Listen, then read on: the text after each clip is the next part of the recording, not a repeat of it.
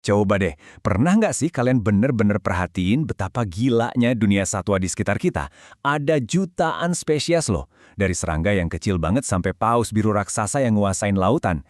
Kalau dipikir-pikir, ini kan kayak misteri raksasa. Gimana coba cara kita memahami semuanya? Nah, itu dia misi kita sekarang. Anggap aja diri kalian itu detektif alam dan kita bakal pecahin misteri ini bareng-bareng. Jadi, siapin deh kaca pembesar imajiner kalian karena penyelidikan akan segera kita mulai. Oke, kita mulai ya. Alat paling penting di tas detektif kita itu namanya klasifikasi. Kedengarannya emang agak ribet, tapi gampangnya, ini tuh cara jenius buat nyortir hewan ke dalam kelompok-kelompok berdasarkan kemiripan mereka. Kita bakal pakai 3 petunjuk utama buat mecahin kasus kerajaan hewan ini. Coba deh pikirin, sehari-hari aja kita sering nyortir macam-macam kan? Nyortir baju kotor, ngatur playlist lagu, bahkan nata belanjaan di kulkas. Tujuannya apa? Biar semuanya rapi dan gampang ditemuin. Nah, ilmuwan juga ngelakuin hal yang sama persis ke hewan, buat nyari pola biar bisa ngerti cara kerja alam yang luar biasa ini. Siap buat petunjuk pertama kita? Petunjuk ini ada di piring makan mereka. Yap, kita bakal selidikin apa yang dimakan sama seekor hewan, alias menunya. Percaya deh, pilihan makanan mereka itu bisa ngebongkar banyak banget rahasia. Pertama, kita punya kelompok herbivora. Anggap aja mereka ini para vegetarian di dunia satwa. Makanan mereka 100% dari tumbuhan. Makanya mereka punya gigi geraham yang lebar dan rata. Pas banget kan? Kayak mesin penggiling alami buat ngelumat serat-serat tumbuhan. Lanjut, ada karnivora, si pemakan daging. Mereka ini para pemburu di alam liar, yang makanannya ya hewan lain. Coba aja lihat senjata mereka, gigi taring super tajam dan cakar yang kuat. Setiap bagian tubuh mereka itu emang udah dirancang buat satu tujuan, berburu. Terus ada omnivora. Nah, ini nih kelompok yang paling fleksibel. Mereka nggak pilih-pilih, tumbuhan oke, daging juga oke, semua disikat. Menu yang macam-macam ini kelihatan dari gigi mereka yang kayak gabungan gitu. Ada gigi tajam buat daging, ada juga gigi rata buat ngunyah tumbuhan. Nah, ini dia triknya. Ada jalan pintas buat mecahin misteri menu makanan ini. Tinggal lihat aja giginya.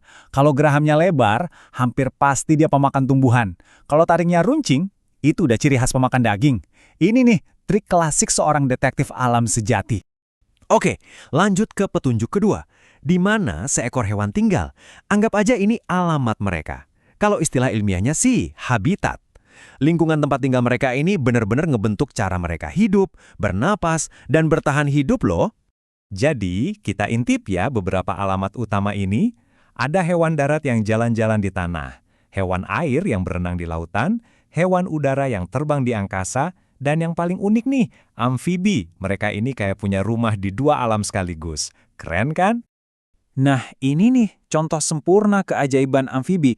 Mereka itu mulai hidup di dalam air. Napasnya pakai insang, persis kayak ikan.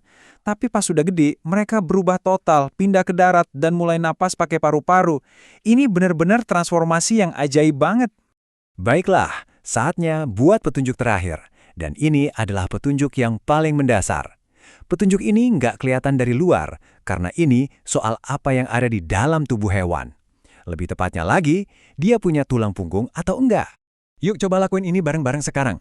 Coba deh, raba bagian tengah punggung kalian. Kerasakan ada barisan tulang yang kokoh di situ. Nah, itu dia tulang punggung kalian. Dan ada atau enggaknya tulang ini ternyata jadi petunjuk terbesar di seluruh kerajaan hewan. Ada atau enggaknya tulang punggung ini jadi kayak garis pemisah paling utama di dunia satwa. Di satu sisi, ada kelompok vertebrata, yaitu semua hewan yang punya tulang punggung. Dan di sisi lainnya, ada invertebrata, hewan-hewan yang nggak punya tulang punggung sama sekali.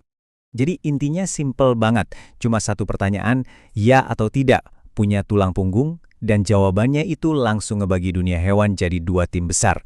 Vertebrata itu punya kerangka di dalam tubuh, sementara invertebrata seringnya bertubuh lunak atau dilindungi cangkang keras di bagian luarnya. Nah, sekarang kita udah ngumpulin ketiga petunjuk kita, menu, alamat, dan tulang punggung. Waktunya buat ngetes kemampuan detektif kita di sebuah studi kasus. Dan subjek kita kali ini, salah satu makhluk paling megah di planet ini. Kasus kita adalah paus biru. Dan ini bukan sekedar hewan besar ya, tapi hewan terbesar yang pernah ada di muka bumi. Wah, ini sih kasus kelas berat, ayo kita pecahkan bareng-bareng. Oke, mari kita periksa buktinya satu persatu. Petunjuk pertama, menunya. Paus biru makan jutaan keril kecil setiap hari. Berarti dia karnivora. Cek. Petunjuk kedua, alamatnya. Dia tinggal di samudra. Jelas banget dia hewan air. Cek. Dan petunjuk ketiga, tulang punggung. Oh, jelas punya dong. Gede banget malah.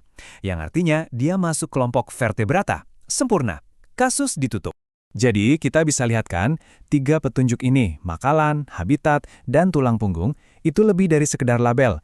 Ketiganya itu kayak potongan puzzle yang ngebantu kita ngebaca cerita dari setiap hewan, dan akhirnya ngerti gimana mereka semua saling terhubung dalam jaring kehidupan yang rumit tapi indah di planet kita. Dan sekarang, giliran kalian jadi detektif. Dengan 3 petunjuk ini di tangan, seluruh dunia di sekitar kalian itu ibaratnya tempat kejadian perkara yang super seru. Coba deh perhatiin kucing di jalan, cicak di dinding, atau kupu-kupu di taman. Kira-kira apa yang bisa kalian ungkapin tentang mereka? Penyelidikan kalian baru aja dimulai.